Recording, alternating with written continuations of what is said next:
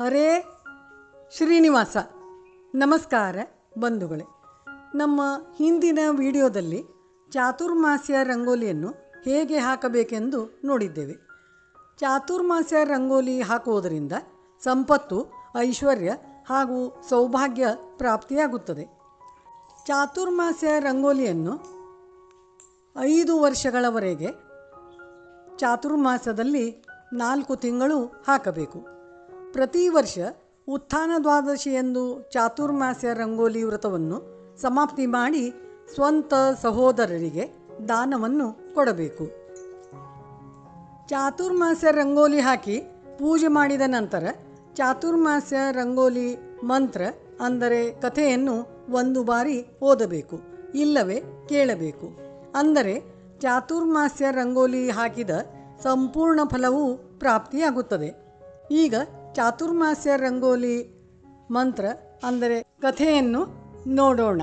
ಏಕಾದಶಿ ವಿಷ್ಣನ್ನ, ದ್ವಾದಶಿ ದ್ವಾರಪಾಲಕರನ್ನ, ಇಂದ್ರನ್ನ, ಚಂದ್ರನ್ನ, ದೇವೇಂದ್ರನ್ನ, ಪಂಚಪಾಂಡವರನ್ನು ಕೂಡಿ ಪಗಡಿ ಆಡೋ ಹೊತ್ತಿನ ಒಳಗ ತಂತಿ ಹರಿತು ಬೇಲಿ ಮುರಿತು ಅಂತ ದ್ವಾರಪಾಲಕರು ಹೇಳಿದರು.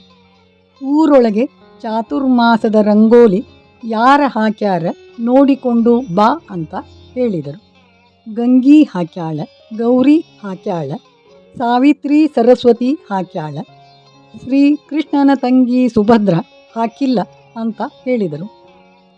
ಆಕಿ ಬೆನ್ನು ಹುರಿ ತಂದು ಬೇಲಿಗೆ ಬಿಗಿರಿ, ನರ ತಂದು ತಂದಿಗೆ ಬಿಗಿರಿ ಅಂತ ಅಂದರು. ಆಗ ಉದಯ ಕಾಲದಲ್ಲೆದ್ದು ಶ್ರೀಕೃಷ್ಣ ಪರಮಾತ್ಮ ತಂಗಿ ಮನೆ ಕಡೆ ಹೋದ. ಯಾಕ ತಂಗಿ, ಚಾತುರ್ಮಾಸ್ಯ ನೇಮ ಏನು ಮಾಡಿದಿ ಅಂತ ಕೇಳಿದ. ಇಂದ್ರನಂಥ ಅಣ್ಣನ್ನ ಬಲ್ಲೆ, ಚಂದ್ರನಂಥ ತಮ್ಮನ್ನ ಬಲ್ಲೆ, ಅರ್ಜುನನಂಥ ಗಂಡನ್ನ ಬಲ್ಲೆ, ವಸುದೇವ ದೇವಕಿ ಅಂತ ತಂದೆ ತಾಯನ್ನ ಬಲ್ಲೆ, ಶ್ರೀಕೃಷ್ಣ ಪರಮಾತ್ಮನ ಬಲ್ಲೆ ಅಂದಳು. ಹಂಗ ಅಂದ್ರ ಹ್ಯಾಂಗವ?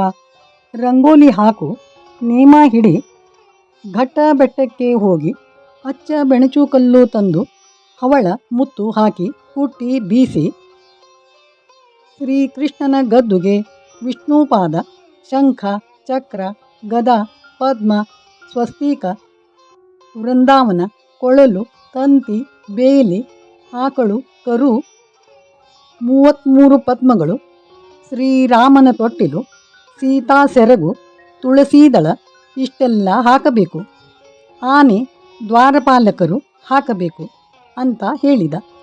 ತಂಗಿ ಸುಭದ್ರ ಬೆಂಚಿಕಲ್ಲು ತಂದು ಹೇಳಿ ಮುತ್ತು ಹಾಕಿ ಕುಟ್ಟಿ ರಂಗೋಲಿ ಅಣ್ಣ ಶ್ರೀಕೃಷ್ಣ ಹೇಳಿದಂತೆ ಹಾಕಿದಳು.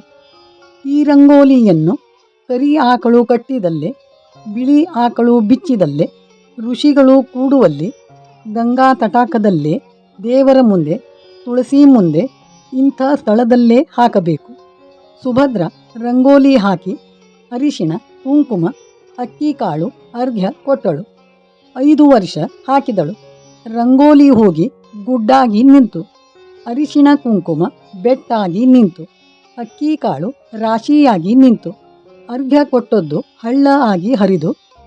1ನೇ ವರ್ಷ ಶಾವಿಗೆ ಪಾಯಸ, 2ನೇ ವರ್ಷ ಎಣ್ಣೋರಿಗೆ, 3ನೇ ವರ್ಷ ಮುಚ್ಚೋರಿ, 4ನೇ ವರ್ಷ ಅನಾರಸ, 5ನೇ ವರ್ಷ ಮಂಡಿಗೆ ಕೊಟ್ಟಳು. ಅಣ್ಣ ಆಗಿ ತೆಗೆದುಕೊಂಡ, ತಮ್ಮನಾಗಿ ತೆಗೆದುಕೊಂಡ, ಶ್ರೀಕೃಷ್ಣ ಪರಮಾತ್ಮನಾಗಿ ತೆಗೆದುಕೊಂಡ. ಇಲ್ಲಿಗೆ ಸುಭದ್ರ ಹಾಕಿದ ರಂಗೋಲಿ ಸಂಪೂರ್ಣಂ.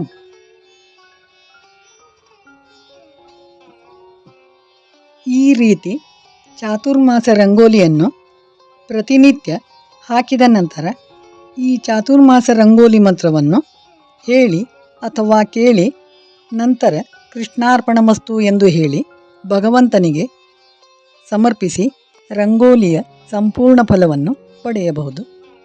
ಈ ಚಾತುರ್ಮಾಸ ರಂಗೋಲಿ ವ್ರತವನ್ನು ಎಲ್ಲ ಸುಮಂಗಲಿಯರು 5 ವರ್ಷಗಳವರೆಗೆ ಆಚರಿಸಿ 1ನೇ ವರ್ಷ ಶಾವಿಗೆ ಪಾಯಸ, 2ನೇ ವರ್ಷ ಎಣ್ಣೋರಿಗೆ, 3ನೇ ವರ್ಷ ಮುಚ್ಚೋರಿ, 4ನೇ ವರ್ಷ ಅನಾರಸ ಹಾಗೂ 5ನೇ ವರ್ಷ ಮಂಡಿಗೆಯನ್ನು ತನ್ನ ಸಹೋದರನಿಗೆ ಕೊಡಬೇಕು.